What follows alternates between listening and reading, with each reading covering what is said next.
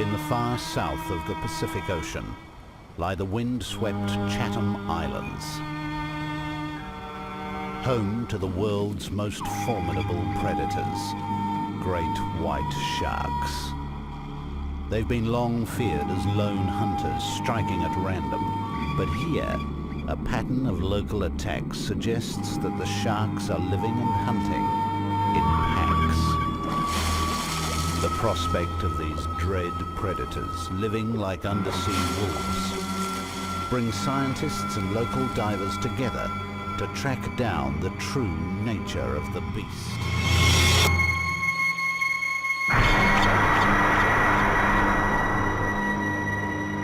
Of almost 400 known species of sharks, the great white stands out, notorious as the ultimate killing machine, a roving oceanic assassin that attacks out of nowhere.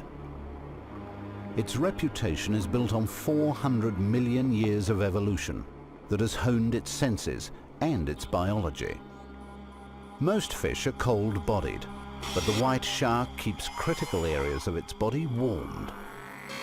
Instead of being lost to the sea, heat generated by deep muscle activity is recycled and warms incoming blood, keeping the shark's core up to 60 degrees warmer than the water. It boosts the shark's metabolism like a turbo engine to give great whites 45% more power than similar-sized fish. Warming the shark's brain increases the capacity to process information from a battery of super sensors, such as a huge taste and smell organ able to home in on prey from a mile away, and a network of hair-lined canals sensitive to the merest vibration in the water. Electrical senses that can actually track the nerve activity of prey. The heat-assisted super senses make the great white a predator without parallel, and its warm body means it can thrive even here in the chilled South Pacific, where Antarctic currents make the sea especially productive.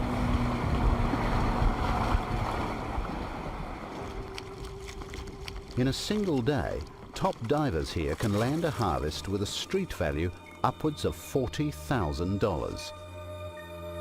Abalone is in such high demand on international markets.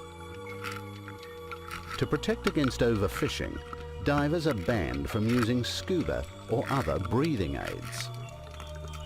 They can work only as long as they can hold a single breath, and must shuttle constantly between the seabed and their support boat. While on the seabed, a diver is relatively safe. But every journey to the surface is a gamble.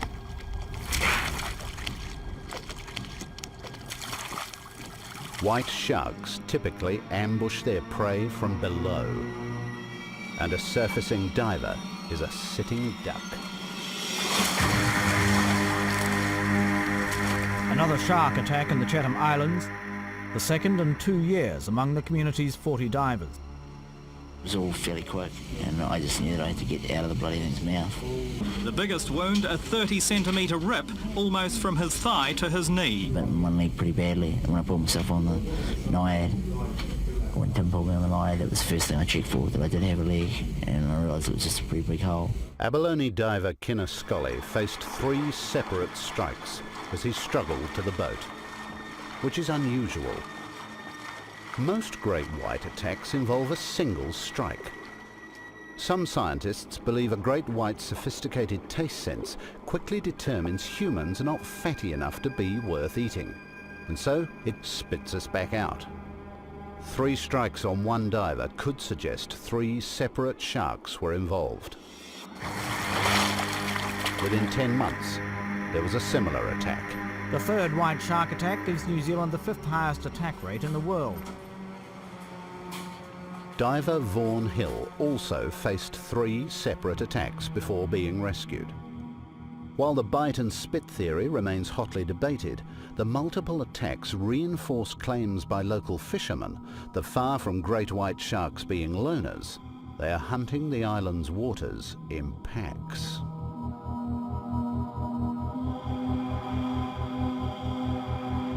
They say further evidence is provided by another pattern of terror that unfolds regularly on these remote islands.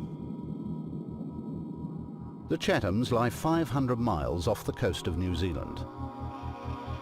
They sit at the tip of a narrow finger of continental shelf, which protrudes into a deep trench used by many creatures as an oceanic highway from rich feeding grounds of the far south. Large marine mammals, such as these short-finned pilot whales, are able to make such journeys because of the concentrated fat in their blubber. Blubber stores more than twice the energy of fish flesh, and white sharks are known to feed on dead whales. But some island fishermen argue that sharks do more than scavenge. They say the sharks work together to herd healthy pilot whales into bays, running them aground in hundreds. Mass whale strandings like this one are a tragedy played out every year on beaches around New Zealand. For now, scientists can only speculate on the reasons, but fishermen say bite marks provide evidence of attack by numerous great whites. The idea of white sharks deliberately working in packs to herd whales is dismissed as pure speculation by many scientists who say it suggests cooperation far beyond anything white sharks are capable of. But others concede it might be possible that a pod of whales in unfamiliar shallows could be confused and panicked by great whites gathering in hope of a feeding opportunity, thereby driving the whales ashore. But the suggestion great whites may work together like a pack of undersea wolves raises questions about the risk Chatham Islanders take in diving without protection.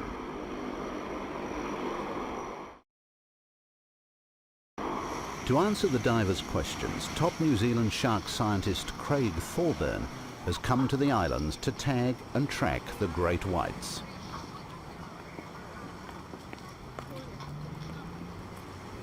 He's brought with him nearly a ton of equipment for an expedition that will take several months. Craig will seek the help of attack survivor Kinner Scully in a hunt for creatures that nearly ended his life. Just finding the sharks is going to be a major challenge. They remain among the most elusive and least known animals on the planet.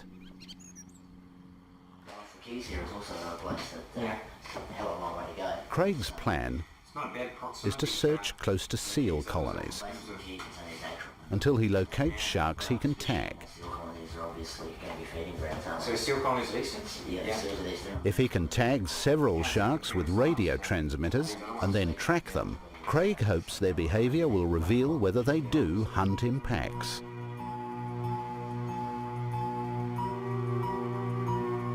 What he's proposing has never been done before and will take the team into unknown territory. Their first target is off a desolate rocky fortress known as the 44s.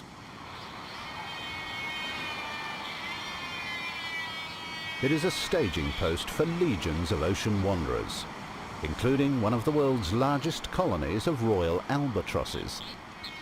But the team is more interested in the island's huge colony of seals. Young seals have exceptionally high levels of blubber that may tempt adult white sharks.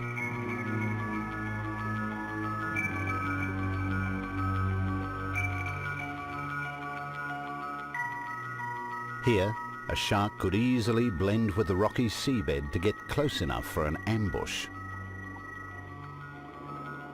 The expedition has been joined by a team of local fishermen and divers.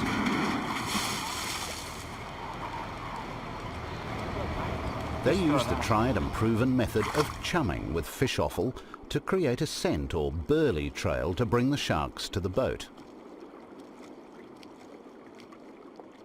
If a shark gets close enough, Craig will use a barbed tag to attach a sonic transmitter to its back.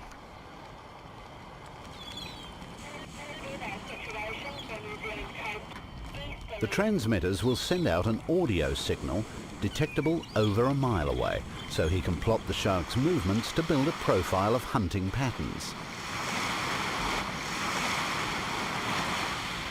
But within 48 hours of arrival, the island's volatile weather forces them to run for home. Isolated in the open ocean, the Chatham Islands lie in the centre of a weather war zone, where storms sweeping out of Antarctica collide with hot tropical air. Each year, an average of 2% of the island's tiny fishing fleet is lost in the battle.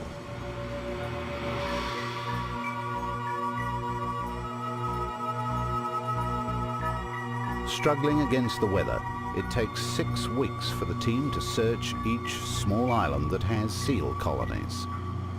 These are the obvious targets for marauding great whites. Yet, there's not a sign of a single white shark near any of them. Finally, the weather eases enough to allow the team to get to one last location, the low-lying Star Keys. They consist merely of a series of reefs that just break the sea's surface. But they're home to one of the largest seal colonies in the islands, and should be an ideal hunting ground.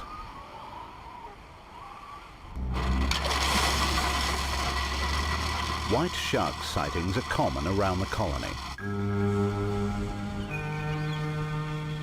It was here 2 years ago that Kinner Scully came within an inch of losing his life. For him, it's now a place of particular dread. He's been diving since, but never here.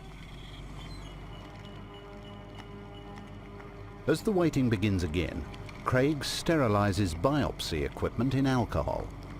As well as fitting identification and tracking tags, he's hoping to take DNA samples that may reveal family links among the sharks and help determine whether they're migratory creatures or permanent residents. So much of the nature of this beast remains unknown. Then, after 6 weeks' frustration, success.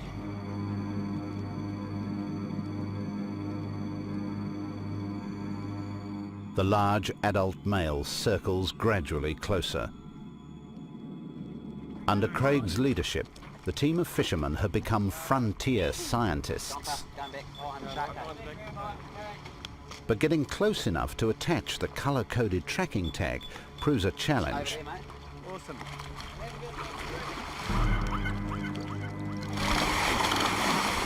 The shark takes the bait, but eludes the tag. However, as he disappears, a second larger male arrives Right here. and noses straight at the boat. And this time, the tag finds its mark. Craig has gone face to face with many sharks, but this will be his first ever encounter with a great white. Both sharks are huge adult males. But are they the mindless monsters of folklore, or cunning pack animals that hunt like wolves? Their warm bodies give them a metabolic rate probably closer to that of mammals than of fish. But does it also make them intelligent enough to hunt as a team? Then a third shark approaches, larger again.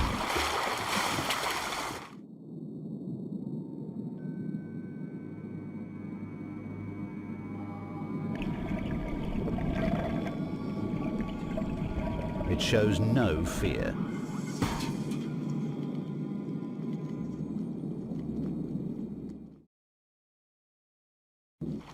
With 3 sonic tracking tags in place, the team prepares to go after DNA samples. It will be possible only as long as the sharks remain tempted by the baits. But there seems little concern. Even as the lance that would take the tissue sample is being prepared, more sharks have shown up. They now have 6 huge sharks around the boat, All are large mature males, a pack by almost any measure. The sonic tags reveal they are tracking up the Burley Trail, making erratic circuits seldom more than 100 yards from the boat or from one another. While the sharks are around, it's vital to gather all possible information. And that's best done underwater. Hey boys, I got my lucky weight belt on. I need to be shark proof. Right? So Kinner will join Craig in the cage. Video footage will help to piece together the truth of the shark's behaviour.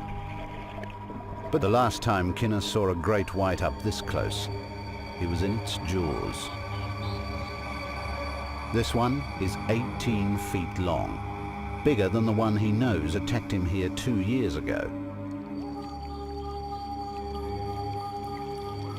Now, seeing so many supposed solitary animals together, Kinner is convinced that he was the target of 3 different sharks.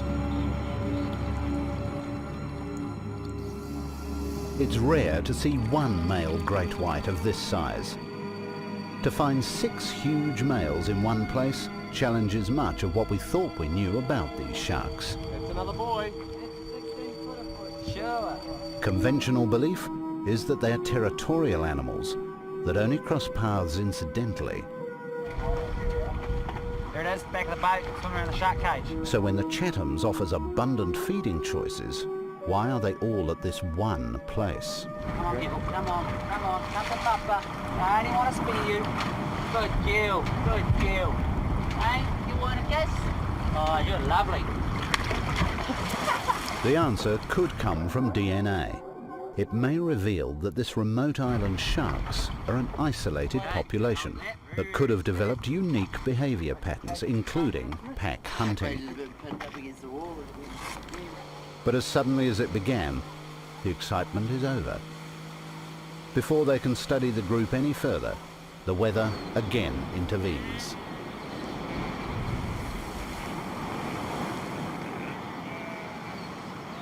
Trapped indoors now, week after week, the team can only go back over their findings. Their tracking data and the images caught by their underwater cameras reveal a remarkable story. Finding 6 male sharks together, rather than spread around the island seal colonies, defies popular belief that white sharks are solitary creatures. It would seem to reveal a level of group behaviour scientists worldwide are only just beginning to suspect. The implications are as chilling to Kinner as the memory of attack. The scent trail could have drifted only a few miles from the boat. The sharks must all have been in the area already. It may just be a chance gathering, but it could also mean the sharks are working together. To find the seas they work are stalked by packs of killers is the last thing Kinner and the local divers want.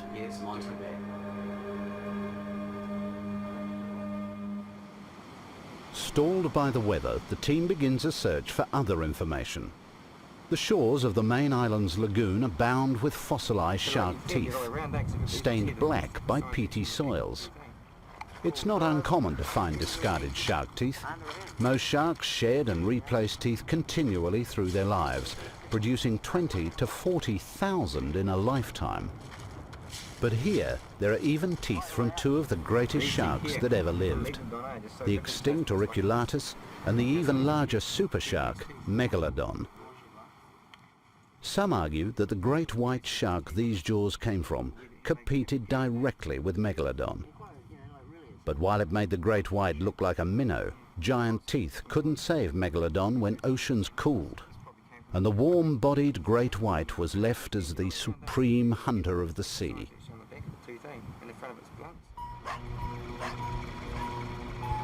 Finally, the weather allows them to renew the search for their tagged sharks. There's no way of telling where the sharks might have gone since their last encounter. It's thought they normally remain at one site only a few days, rarely as long as a week. The team must begin their search all over again.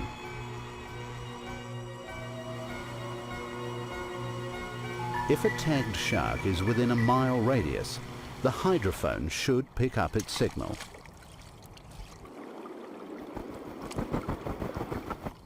Over successive days, the team again checks out each of the major seal colonies on the islands, with no success.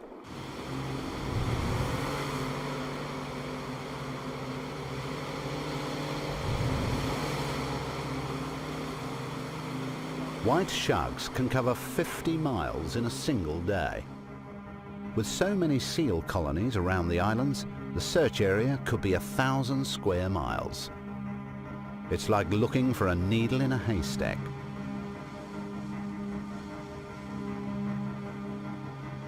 By the time the team returns to the Star Key reefs where they spotted the fish originally, there is still no sign of any of the tagged sharks.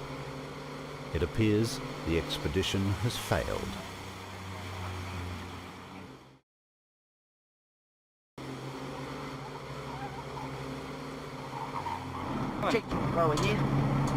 Each sonic tag gives out sound pulses of different frequencies, picked up by tuning the receiver between 390 and 400. Change the frequencies for you, Craig.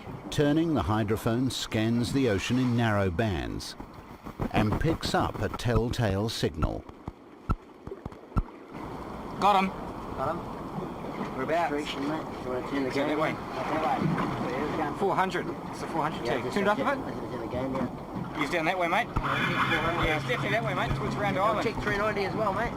400. Tune it up a bit.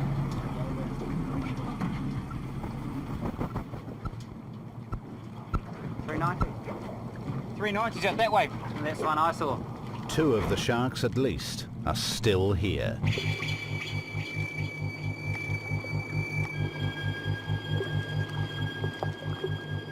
The team is now able to track as the great whites patrol along the edge of the seal colony. What's it now, Craig? Out the other side of the break, mate, to the right of the break. That's the strongest signal. By the end of the day, all the tagged sharks are located. After 3 weeks, they're all in the same area and still moving as a group. The signals reveal the sharks remaining within a few hundred yards of each other, patrolling an area where the reef drops into water 300 feet deep. It allows the sharks to approach unseen to within feet of the seals. Is this just a remarkable coincidence? Pretty close, I reckon, eh? Or are Craig and the team finding a pattern that has been missed in several decades of great white research? Finding similar patterns over several days could prove pack behavior, but they'll get no chance. The volatile summer is over, and an unrelenting winter is descending on the islands.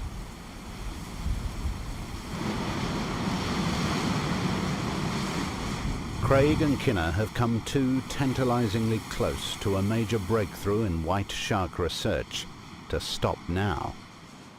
Instead, they decide to take their quest to the Spencer Gulf in South Australia, one of the few places in the world known to have more white shark activity than the Chatham Islands.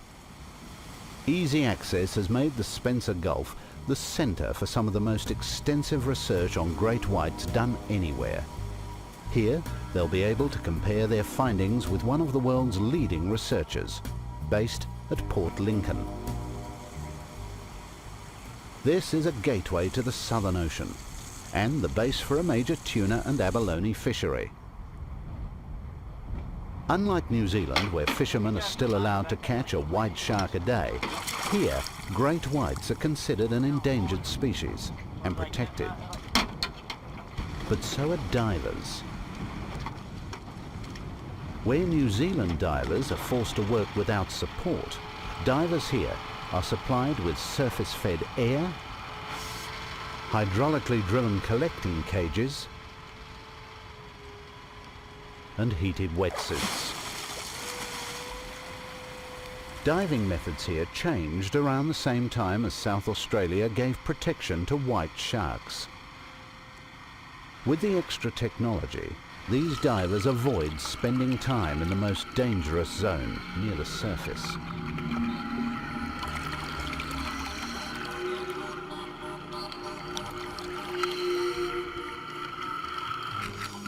The air supply enables them to remain safely on the seabed for prolonged periods, instead of shuttling back and forth to the surface for every breath.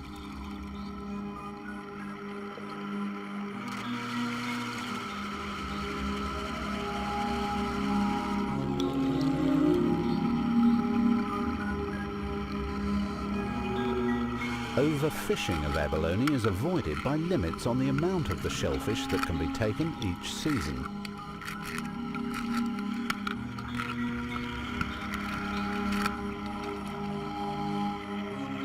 The air supply also enables a diver to fill airbags to send his catch to the surface, cutting out further perilous trips through the mid-water zone.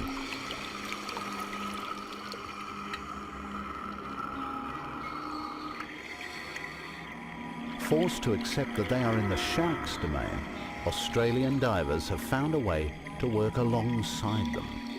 Ultimately, protection for Kinness, Scully and the Chatham divers may lie not in studying the shark's behaviour, but in changing their own. You had a good flight? G'day, how's it going? Pleased to meet you. At Port Lincoln, Craig and Kinner team up with renowned shark expert Ian Gordon and former game fisherman Rolf Zabatsky, part of a new breed of shark researchers. Weather looks pretty good, so I think the go is to try to get out there as quick as possible, get into the bay at North Neptune, see if we can get some burley out. In a decade of pioneering field studies, Ian Gordon has probably tagged and tracked more white sharks than any other man.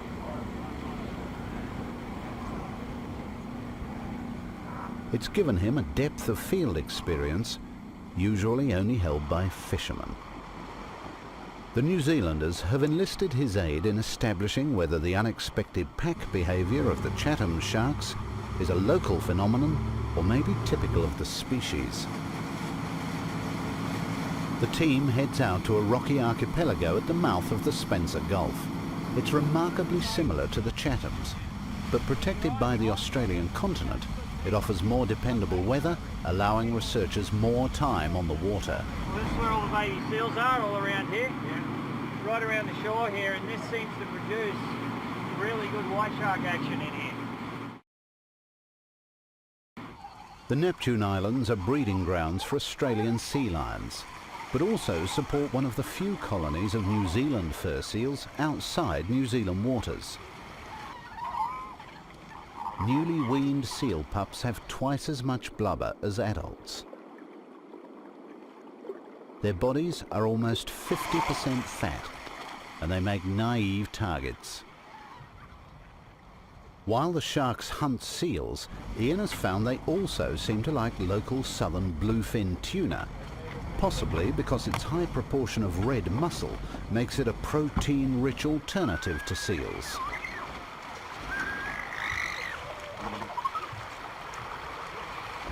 Tuna oil will also provide the basis for the burley, providing a scent trail that lingers in the water up to 3 miles down current.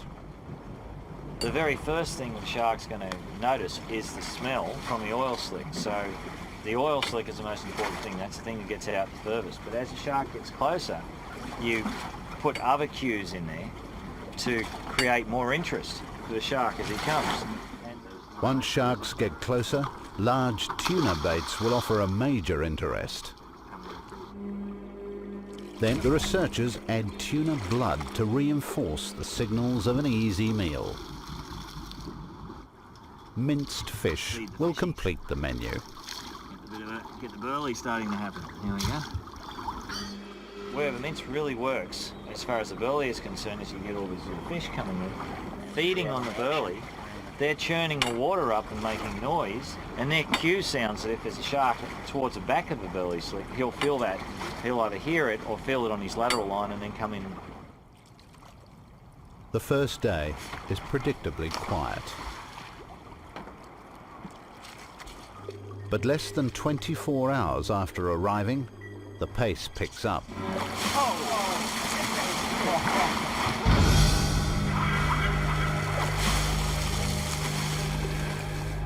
The ritual of shark tagging is almost second nature for Ian.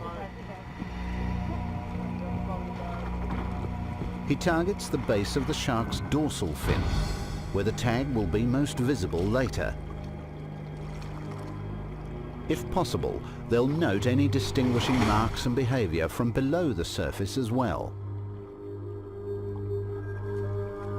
But as Craig heads down for his second face-to-face encounter with white sharks, there's a surprise in store.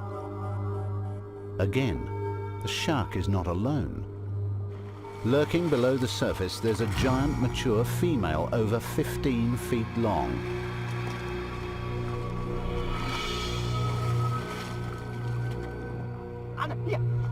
And she's accompanied by a group of boisterous adolescents that sweep into the boat fast and curious. On your bait. Suddenly, there are sharks everywhere.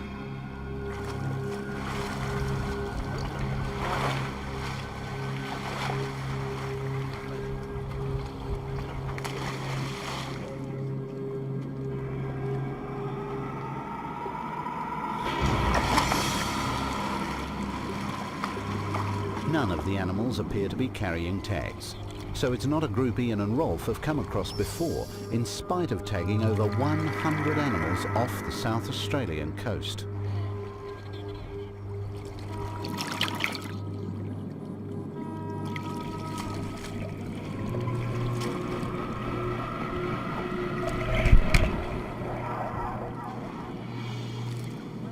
Ian will tag this group with new plastic tags that he's just developed.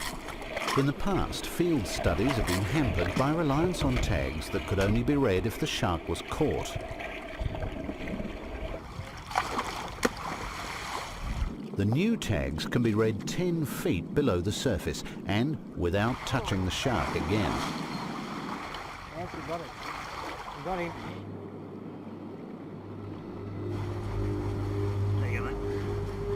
Other cold-water sharks are slow-moving and unaggressive predators.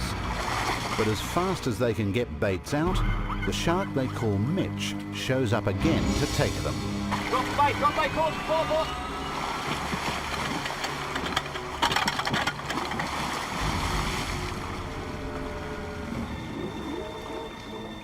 Got it. At last, with a full belly, Mitch loses interest and the team's attention can turn to others.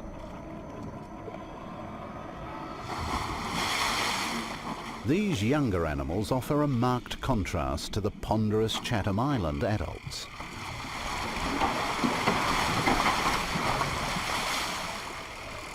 Oh, but you lost it again! But one they name after Kinner is of similar size and age to the others, yet of markedly different character. I couldn't see a tag in any of those runs, mate. Although far thinner, she seems barely tempted by the bait or aware of the activity around the boat. If Mitch reinforces the stereotypical image of white sharks, Kinner's manner is more cautious and calculating. Got it?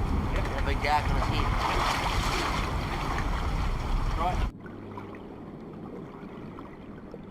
She may have fed recently or may be sick, but recent studies increasingly report that white sharks are selective about what they eat, and far from the mindless eat-anything machine of popular stereotype.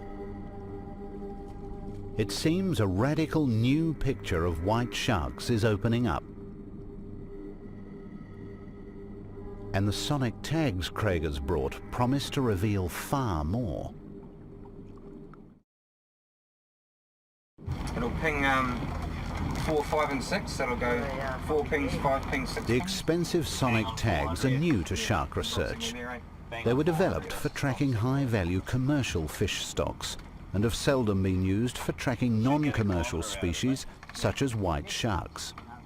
But by allowing researchers to pinpoint where sharks go when not responding to baits, they may finally reveal the great white's natural behaviour patterns. Yes. You get to name this one, mate. When it is a female, I will call it Marguerite. Marguerite. Marguerite, after my lovely wife. Hey, good one. After flying the chum flag, warning of shark baiting for over a week, the expedition is about to move into a new phase. They now have a sonic tag in the large female adult. Come on, Mr. Sharky.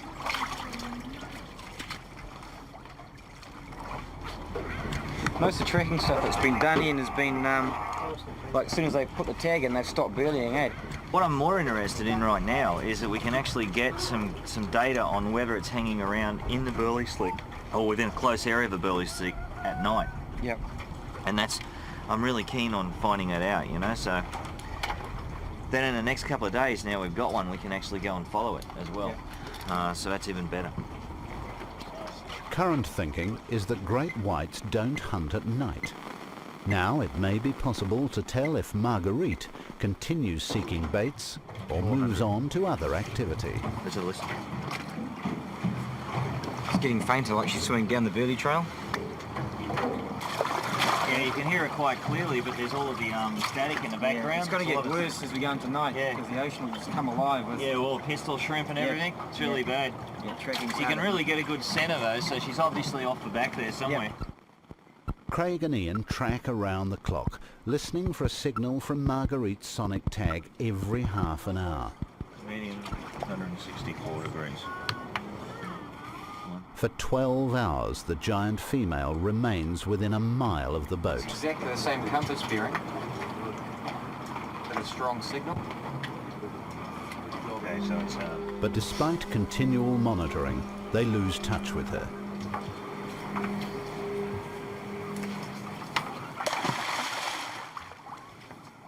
Certainly the scent trail is not holding her at all.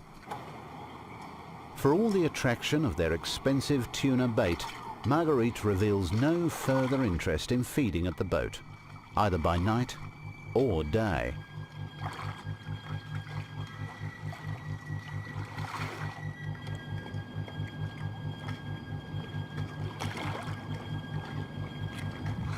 Over 3 days she shows up in the bay in the hours before dawn, only to vanish again beyond signal range.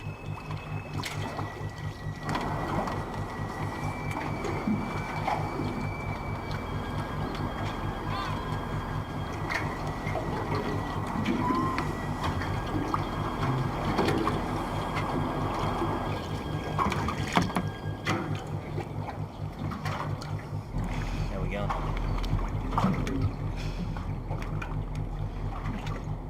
Nothing there. No, ready? Okay. She may simply have lost interest in food.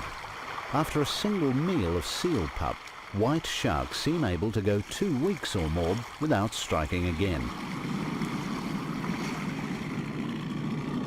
But it's possible she's patrolling the margins of the seal colony just out of range. I wonder how close are they going to be patrolling around those rocks, those colonies? Well, the seals are all around these areas here, so anything's possible. You know, they could be running along deep sections, trying to find the occasional seal that just comes off the rocks and doesn't realise there's a shark there. For a track? Yep.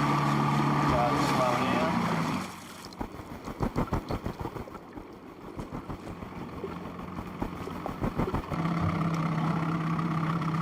No, nothing here either. Nothing.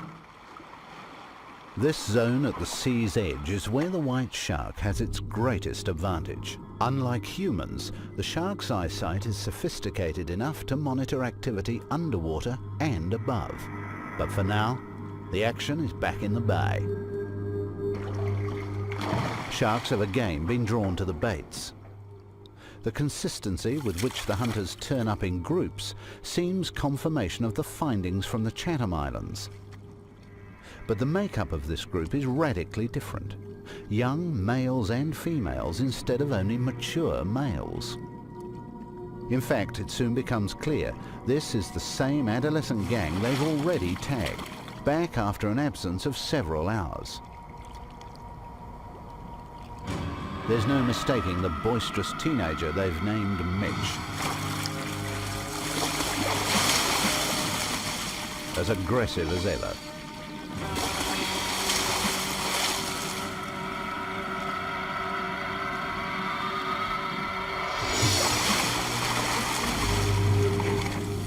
But there's no sign of Marguerite with the group. Perhaps the fish schools drawn to the burley are still tempting to these younger sharks, but not to the fully mature adult. It's thought white sharks feed almost exclusively on fish for their first 12 to 15 years, and begin to hunt marine mammals as they get older, faster and smarter. The bay may be a nursery area, favoured by young sharks in the transition to adulthood.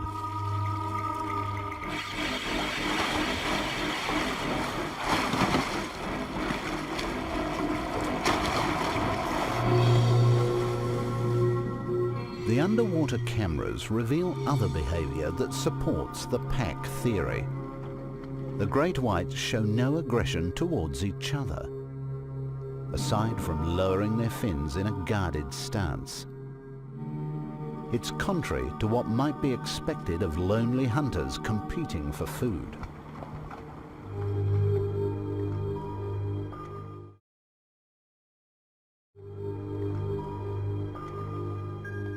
The team continues the vigil into a fourth night, in the hope the adult female, Marguerite, returns and confirms her place in the pack.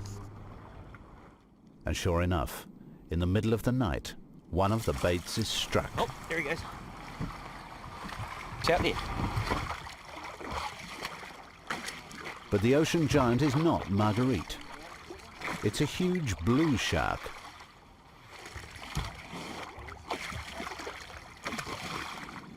As long as the great whites and the most abundant of ocean sharks.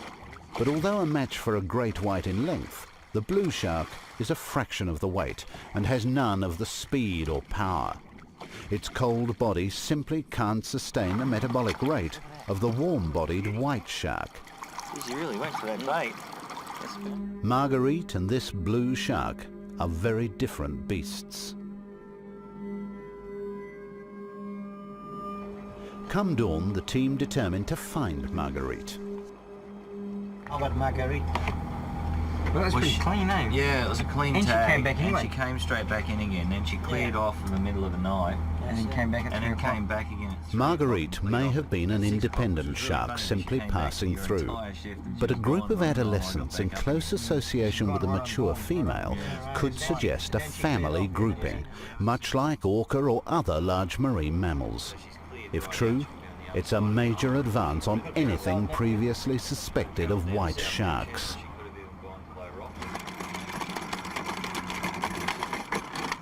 To be sure, they'll have to confirm she is still around. The day is calm enough for Rolf to risk venturing around the seaward side of the island, where they'll be exposed to the full force of the Southern Ocean. But today, luck is on their side. There! White shark! You saw the big flash of the belly. I don't know if you can see it clear as a bell. Unbelievable, this water's so clear here on this deep side because we've got 45 metres under us. I don't know if it was a white shark we were looking for, but we've heard a Sounder off for a moment. Turn the sounder off, they're off. We heard a signal, and then all of a sudden there's a white shark swimming 10 feet under the surface. It's not Marguerite, but it's encouraging. And soon they have the reward they're after. Got her. We got her! Next one. 400. The telltale signal is coming from close to the rugged shore. Where is she? Lost it again. Had it, definitely had it. She's in here. It appears Marguerite may have gone around the next point, but the big female is there with at least one other shark. Found her, man. Found her. Yeah, up in a minute. All right. Let's see if we can find a bit closer in there, eh? Yeah. Bloody brilliant. Back of the island.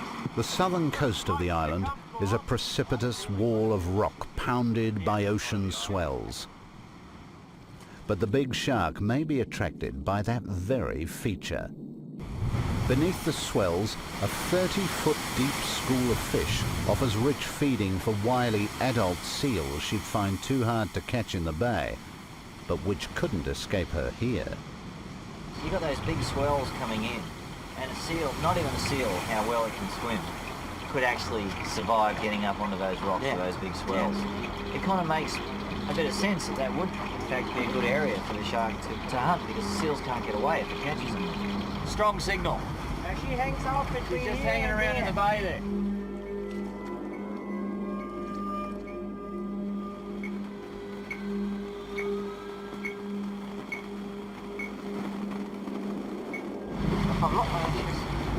I lost her completely. Now she's come back strong. There must be a big wall or something in there that she gets behind. For 6 hours, they track Marguerite constantly cruising up and down the submarine wall in repeated sweeps. 50 metres out. She appears to be hunting from the cover of the murky white water of the surf zone, known as the bubble curtain. Lost her at the She was moment. heading over in that direction over there, was she? Yeah, she's probably gone around the The point of tracking bay. data indicates the shark is patrolling less than a mile of coast in what looks like a deliberate strategy. Again, it is where deep water takes her within yards of the shore. She is less than 2 miles away from the main group, always within easy reach and potentially constant contact. It's a remarkable insight into great white behaviour. Not only have they twice found white sharks apparently maintaining close social groupings, Marguerite's behaviour now resembles that of a matriarch with a pack of youngsters. As they return to the main bay, the remainder of the group is waiting. How's that? Get back into Shark Bay and drive over the top of one while you're finding a place to put your anchor.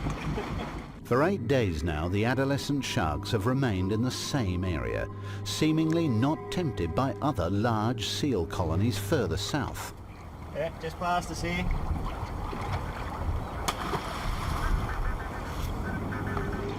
There's no real sense in them sort of cruising all the way down 6 or 8 miles down to South Neptune Island and turn around and come back again. It seems logical to stay a little bit more site-specific to a seal colony when you're a bigger shark than to actually become very transient and move around all over the place and chew up a lot of energy. We've actually got a shark hitting the bottom of the bay, hit the boat. The shark group's behaviour strongly points to this being an established pack, moving together and hunting together. To find numerous white sharks remaining together for extended periods, both here and in the Chatham Islands, suggests patterns of social interaction that could overturn current scientific ideas of white shark behaviour and intelligence. Pack behaviour implies a level of communication beyond anything previously recognised, and Craig and Ian are convinced there is a clear element of pre-planning in their hunting. The question is no longer, are white sharks intelligent? Only, how intelligent? The nature of science is to have an open mind, and as we find, like that would have been laughed down big time 3, 4, 5 years ago. Today, with what we've been finding lately, Nothing's impossible. all of a sudden nothing's impossible. And with white sharks, one of their main prey items is actually marine mammal, and marine mammals are incredibly intelligent animals in comparison to the animal kingdom. So to be able to hunt effectively on those animals, which are supposedly one step ahead, they have to also have some pretty decent brain function as well. As Kinner Scully returns to the Chatham Islands, the nature of the white shark is emerging as more complex than he ever imagined.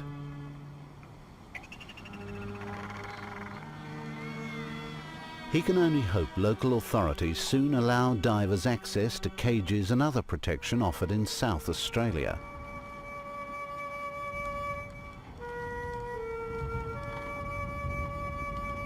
In the long term, further study may reveal other options.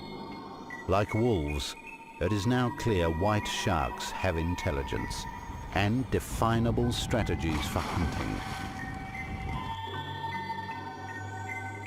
In time, we may come to understand the ways of these creatures that work by strategy and find a way to live with them.